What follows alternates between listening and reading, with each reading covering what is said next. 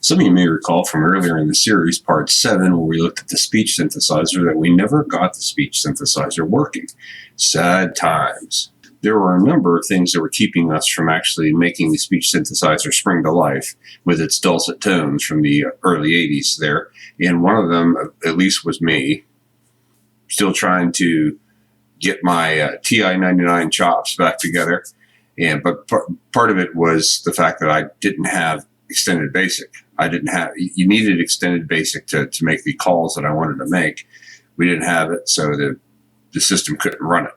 So that's why we went down the whole 32K sidecar final ground rabbit hole so that we could get around there. We never went back around to make this speech synthesizer spring to life. So that's what I started doing later at the end of 2020 there. I started trying to work on that, and I noticed that I had a problem. There was no sound coming from the machine. Tried a variety of things and nothing worked. So this video captures my misadventures as I was trying to figure out what went wrong. I took the machine apart a number of times, tried a variety of just replace this, try that, just trying to figure out where problems are. Usually debugging is part thinking and part just trying things and nudging until something new happens, and then you can triangulate between, okay, what was that? Okay, it must have been this component. So quite a bit of thrashing around in this video. I thought it would be interesting, if nothing else, just to capture it for historical purposes. I'll save the punchline for the final video where we do a little bit of demoing there with the speech synthesizer. But prepare to be underwhelmed in that area. It was just like everything else. There's always that dumb mistake that can be made by somebody that isn't necessarily all that smart. As a word of caution, anytime you're working with electronics, please be careful. You can get shocked. You don't want to get shocked. You could lose your life, or you could hurt somebody that you love. So if you're ever messing with electronics, find a professional to do it for you, or exercise caution. So what you see here is the result when you have somebody that has more questions than they have answers. There's going to be a little bit of wreckage and inefficiency in the process. But I never said I had all the answers, and I never said I was the smartest person in the room. But that's what these videos are about. It's about expanding our horizons, learning new things, and seeing what we can discover about ourselves and about things that we might have missed.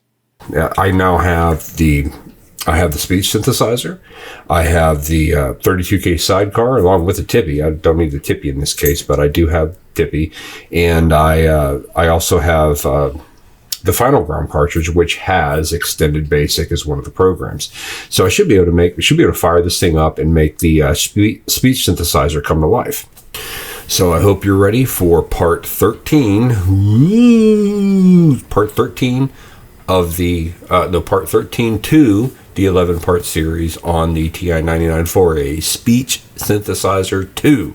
So I tried my old security camera monitor there. I tried changing different settings, and nothing seems to be working. And so the theory right now is that what has happened is that the sound chip has gone bad on the TI. So what we did is we went to the good old internet. We found this. That is a couple of sound chips.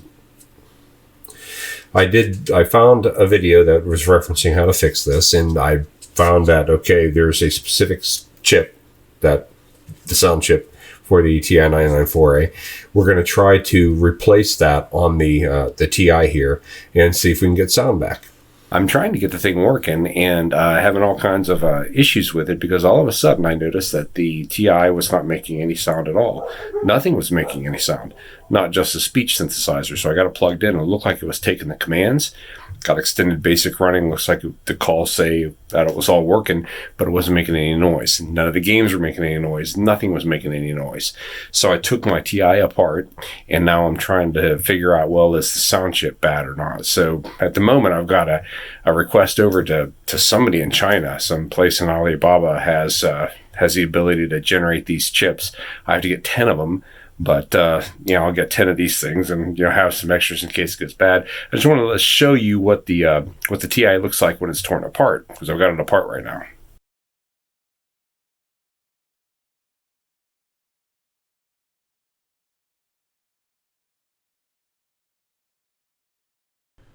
Now, full disclosure, I have taken this apart before, and so these screws are a little bit easier to get off. And I also had the problem that when I took this thing apart before, I had an extra screw left when I put it back together. So somewhere or another I'm missing a screw in this thing. It's still working, but hopefully when I put this back together the second time, I'll be able to figure out where I went wrong. So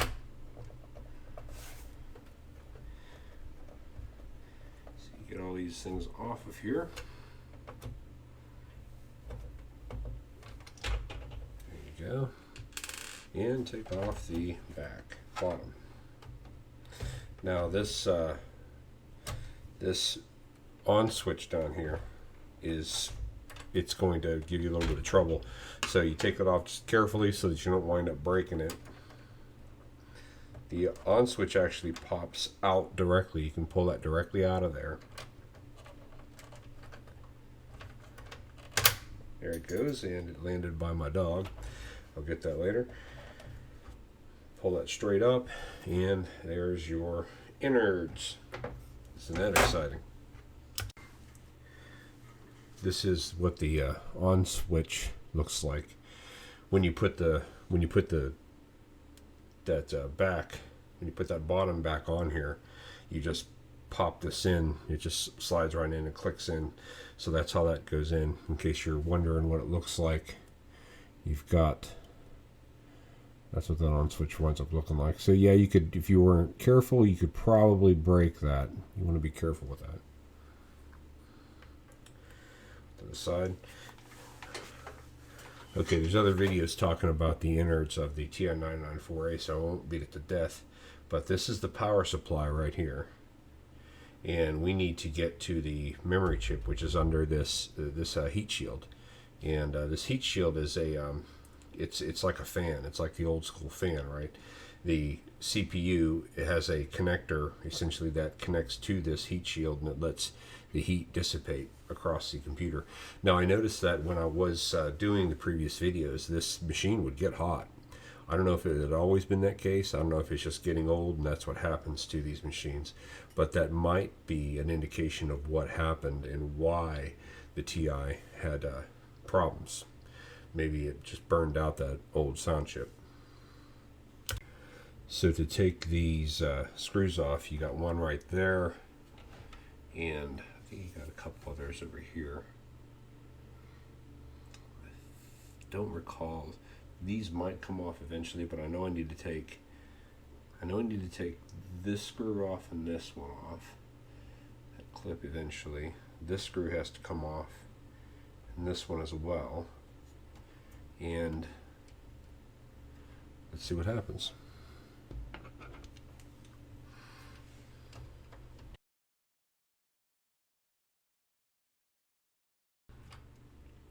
So the power supply comes off.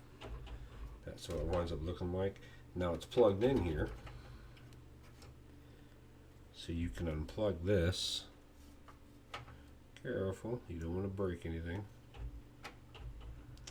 You see that clip on the inside there? Right there. You push that in and you're able to slide that right off. Okay, so that is your power supply. And see how it's just sitting right there on the back end of the computer, and of course you might recognize that as the place that you plug your power cable in. So that's your power supply. So that's now clear. Fancy, right? Set that to the side. There's your power your red LED indicator to show the power is on. Okay, now let's get this heat shield off of here. Okay, that screw must have been the wrong length. It's not. It's very loose. This might have been one of the ones that screwed up. This one is very loose as well.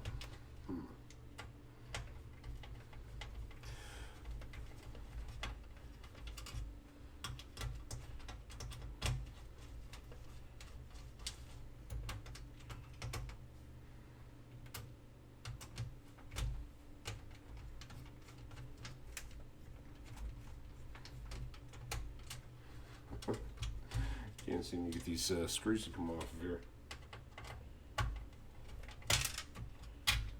Something just fell. Nice long one.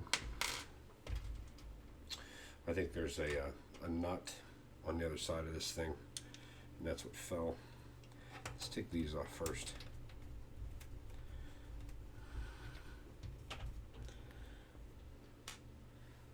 There's one over here.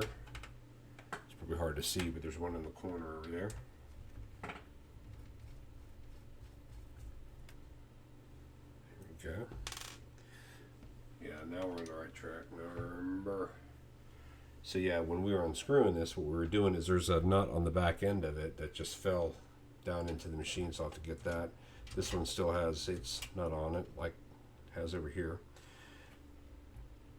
So those two screws removed, and I believe this is ready to come out. That's got to be the screw that I have extra has to be for, it's got to be for that, for holding this onto the top of the chassis. So I'll have to be looking at that when I put it back together. Okay, so what I could do here is I could take these screws off of the keyboard here. There's a screw here and there's two, another one here. I could take those off and the entire thing would come off of this is the top of the machine. The entire thing would come out. What I'm going to do instead is I'm just going to disconnect the keyboard from the computer here. There's another clip on the underside here. You can't see it, but I am going to unplug that, and it is just straight comes off. There's not even a little clip that holds it. You just pull it down and it comes loose. That's this cable here to connect to your keyboard. This is where your cartridges plug into. See, it comes in right there. And of course this, you can just slide this out. It pops right out of there.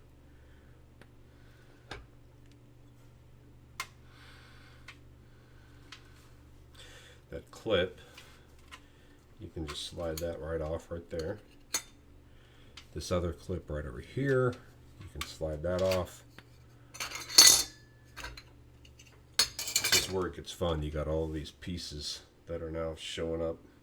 Got to remember how to put them back together. Okay, so now we've got the computer itself encased in this metal here. So we've got to take these. You'll see like there is a get it in the picture here. Get it in the picture. There's a screw there and a nut on the other side. So that's how the case is held together. Here is the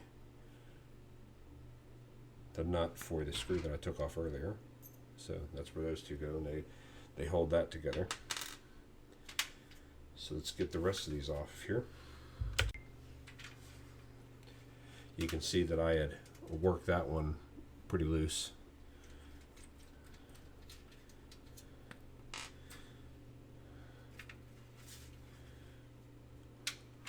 Okay, you don't want to lose the washers. There's little washers that are on there as well.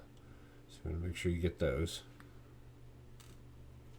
This washer holding this one on.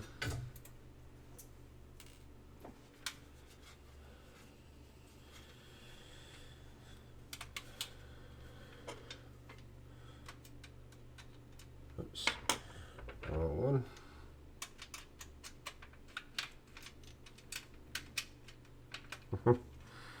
These don't want to come out of here.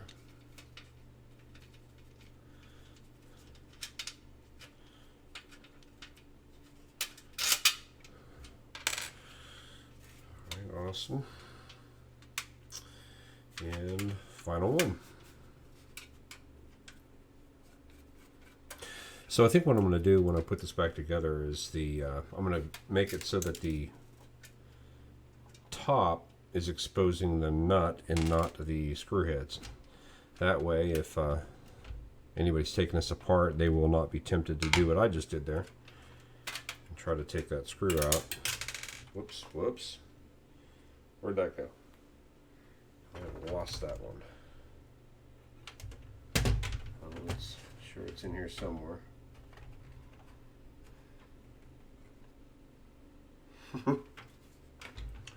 See if I can find that. Got it. Got it. Yeah, trying to get away from me. Okay. So holding that heat shield together appears to be 2 long bolts and a short bolt. All 3 of them have washers, all 3 of them have nuts. So I'm going to keep those together. And now the big reveal. So you take this off. So with that heat shield gone, now this right here, there's a film that is on top of this unit. I believe that's a CPU, I think. And so that is there because it's going to connect to this part of your heat shield and allow you to dissipate some of that heat so your computer doesn't overheat. So what do we got here? Which one of these chips is the memory chip or the sound chip? What you're looking for is SN94624N. You already know that, right? We have that actually on the chip here. Will it focus? There it is. SN94624N. And that is this chip right here. I can't remember what they said these 3 were, but I do remember they said the one here in the end was the sound chip. So we're going to pop that off there. Now, I got 2 of these for a reason. I'm assuming I'm going to wind up breaking something. Not exactly sure how to get that chip out of there, and whether or not it's going to comply and be helpful. But let's see what happens here.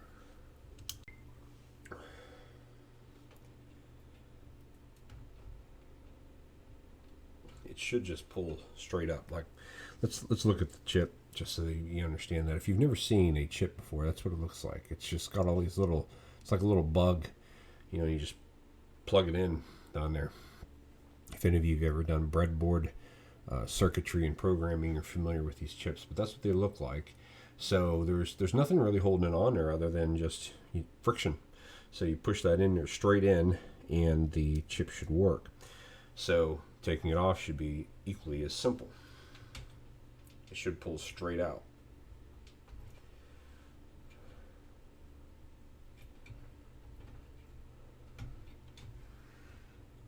I'm wondering if I have to pry it out with a screwdriver. Doesn't seem to want to come out. And this is where my more learned brethren in the computer repair community out there probably are yelling at the screen because I have no idea what I'm doing. Hang in there, fellas. Hang in there, folks. It'll be alright.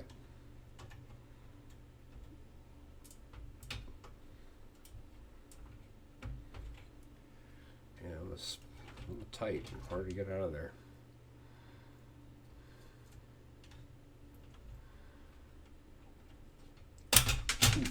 There it goes. Well, in case you're wondering, no, I didn't do that and caused it to break. This is the second time, like I said, that I've ever taken it apart.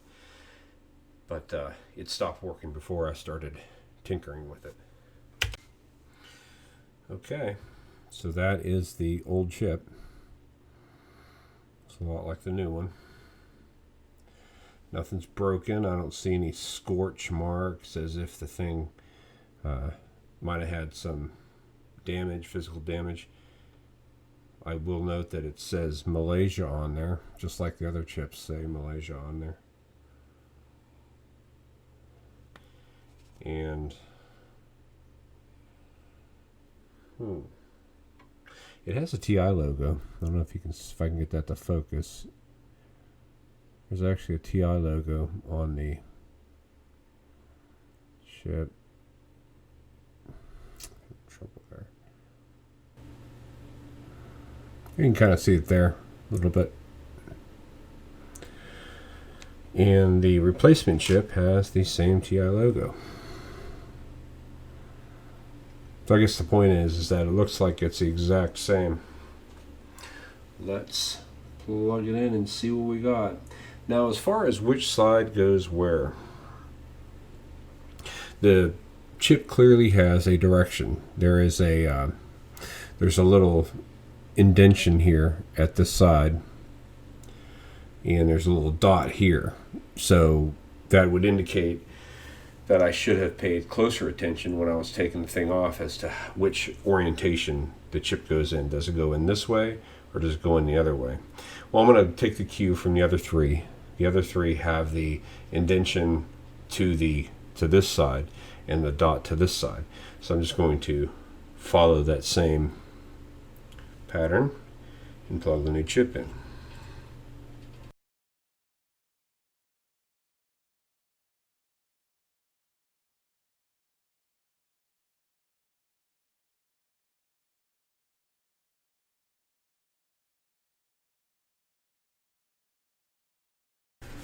Okay, that's better. Yeah, I just had it a little bit too far over. Got to get this piece centered in that hole, and it works much better. Okay, getting this back together the right order.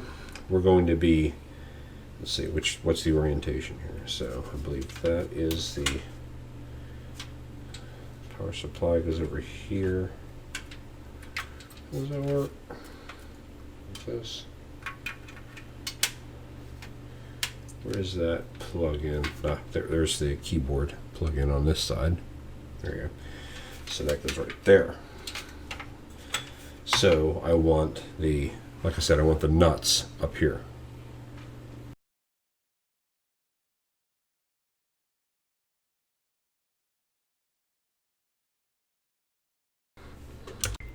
Now it occurs to me that as I do this might stick out too far. We might have to reverse it when we try to put the case back on. So I don't know, maybe might not work, but we'll give it a try.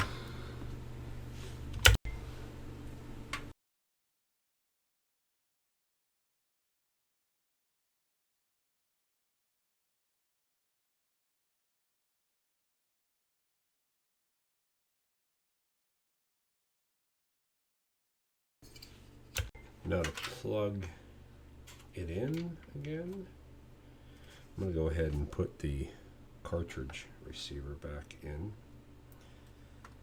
If I recall correctly, that goes this way. So it's back in there.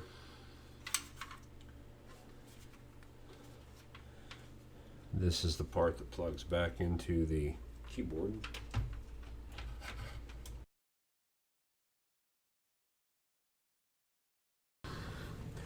Okay, now to verify how many screws we should have. There's one right there, 2, 3, 4, 5. So it looks like there's 5, and I think that must be, I think this one is the one I missed, right down there. Because that one goes through here, goes to this hole right here, but I don't see what it holds in place, so I'm not sure why it would be necessary, or even if it's necessary. Make sure you keep your power cable clear.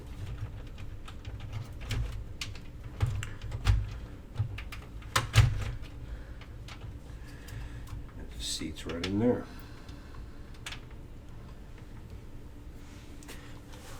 So I need, let's see, the power source takes 1, 2, I guess 3. There's 3 right there. This one doesn't have one. This one does.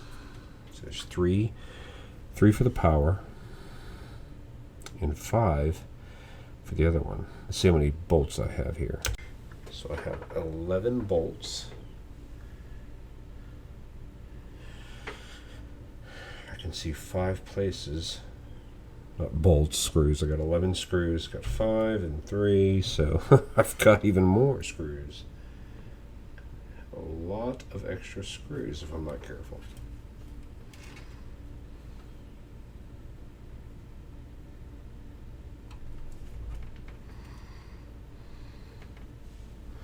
Oh no, that's right. I've got the screws for this. So this has 1, 2, 3, 4, 5, 6, 7, 7 screws. That's clearly what it calls for. So 7. I've got 7 screws set aside.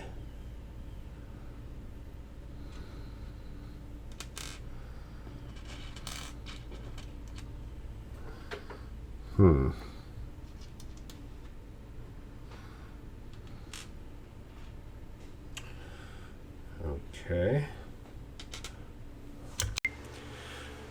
Okay, after looking over my screws and looking over the places where screws go, I think that was the one I missed last time. I didn't put that one back. This hole is for one of the casing screws. So you have 3. You have one, 2, and I believe there's one other one. Yeah, 3. So you have 3 long screws across the back of the unit. And you have 4 short screws across the front. So I had those set aside. And then there's just 2 screws for the power supply right there and right there. So I think I've got it now.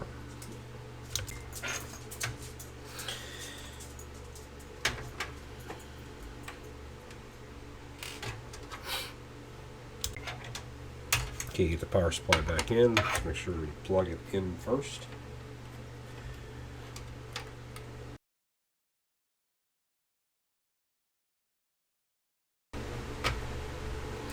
I find it kind of interesting that this cable here is just sitting on top of the shield.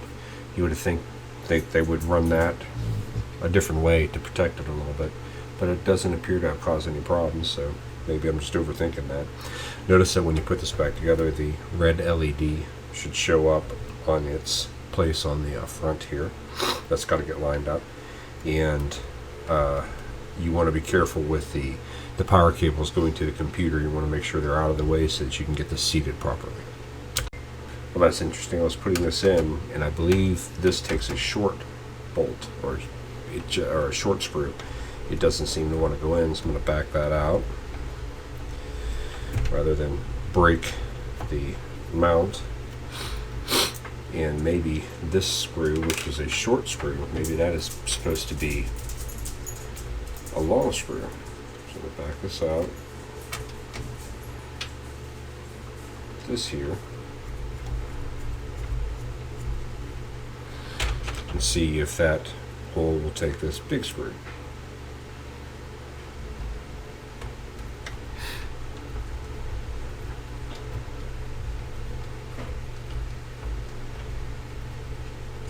Appears to have worked.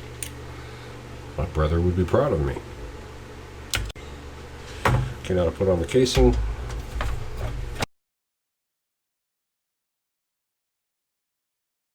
Problem. These are sticking up. So that idea that I had, well intentioned, not going to work. So I'm going to back these out, fix it.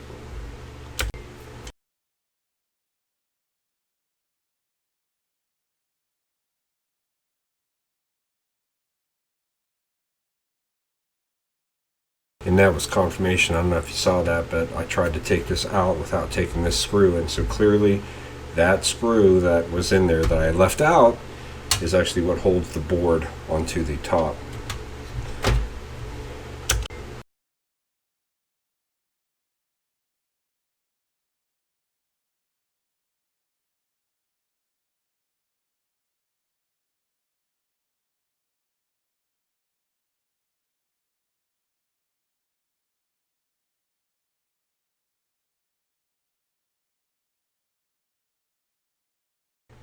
One final piece, the power switch.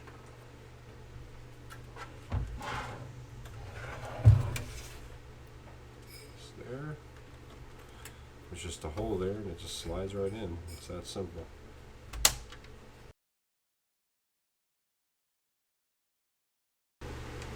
Doesn't appear to be working.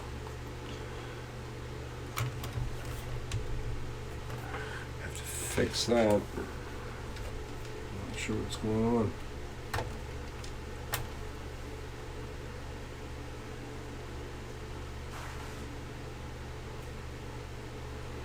Okay. Let's take it apart again and see what's going on.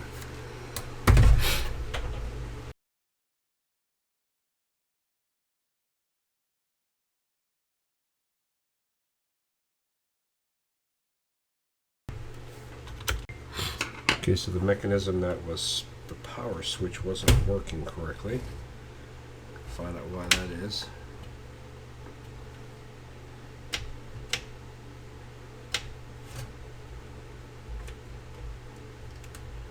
I can see what's going on.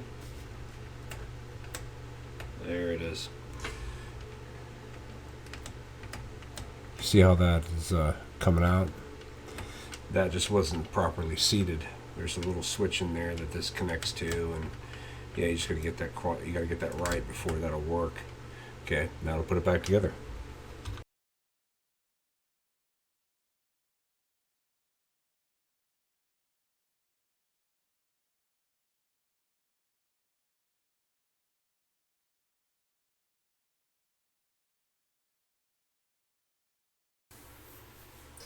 Okay, and now the moment of truth. Get it plugged up. See if we still got a red light, right? See if we still got power, and then to plug it in and see if the computer still works. So all of that, relatively easy.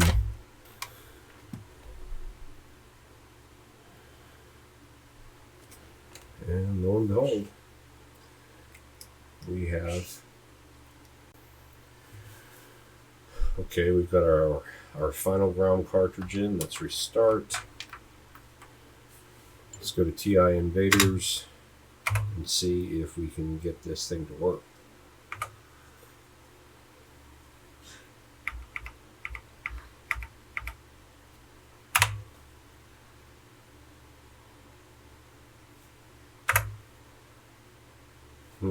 Not hearing anything.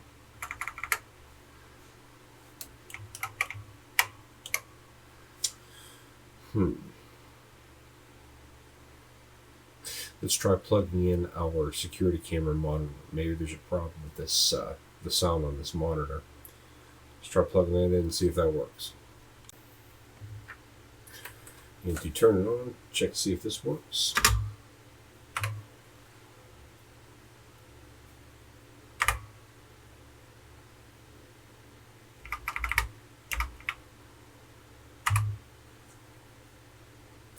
Fingers crossed. Nope.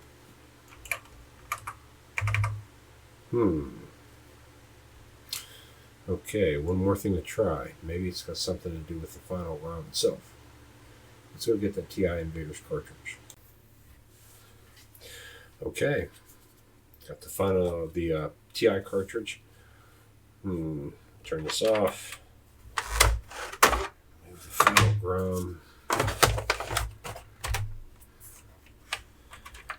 That on.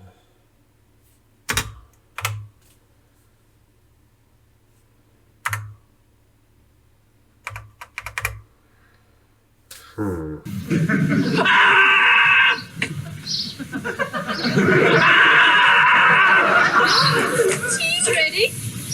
Time down. Well, when you're having no luck with these kind of things, the little victories matter. I took the deck apart again because I wanted to look at the 5-pin connector, the 5-pin DIN connector, and see if maybe there was something that had come loose. I'd read something about that on a forum, and I took the deck apart and I found where those 2 screws go that I missed. So now the deck's back together. All of the screws are back where they belong. So at least I don't have a screw loose anymore.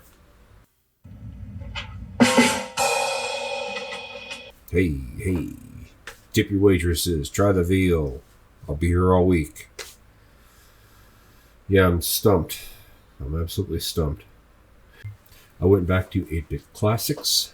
That's where I got the original 5-pin DIN cable, and I got another one. I ordered another one. It's maybe there's something wrong. I looked at the connectors on the 5-pin DIN. All the soldering looks solid. I That's the only thing I can think of right now. If it's not that cable, then I'm left to assume that there's something wrong with the computer. I did bring up Extended Basic, and I tried putting in some of the sound statements. That didn't appear to work either.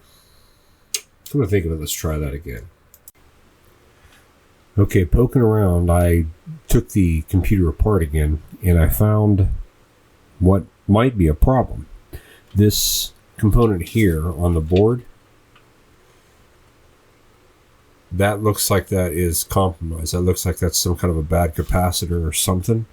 So I'm going to try to figure out what that is. It looks like it's bad. If it has anything to do with sound, that might be our problem. You'll notice it's next to this big chip that has the goo on it that's supposed to connect to the heat shield. So I'm wondering if that heat that I was feeling had generated some kind of problems, and maybe it compromised that component. So I'm trying to figure out what the component is.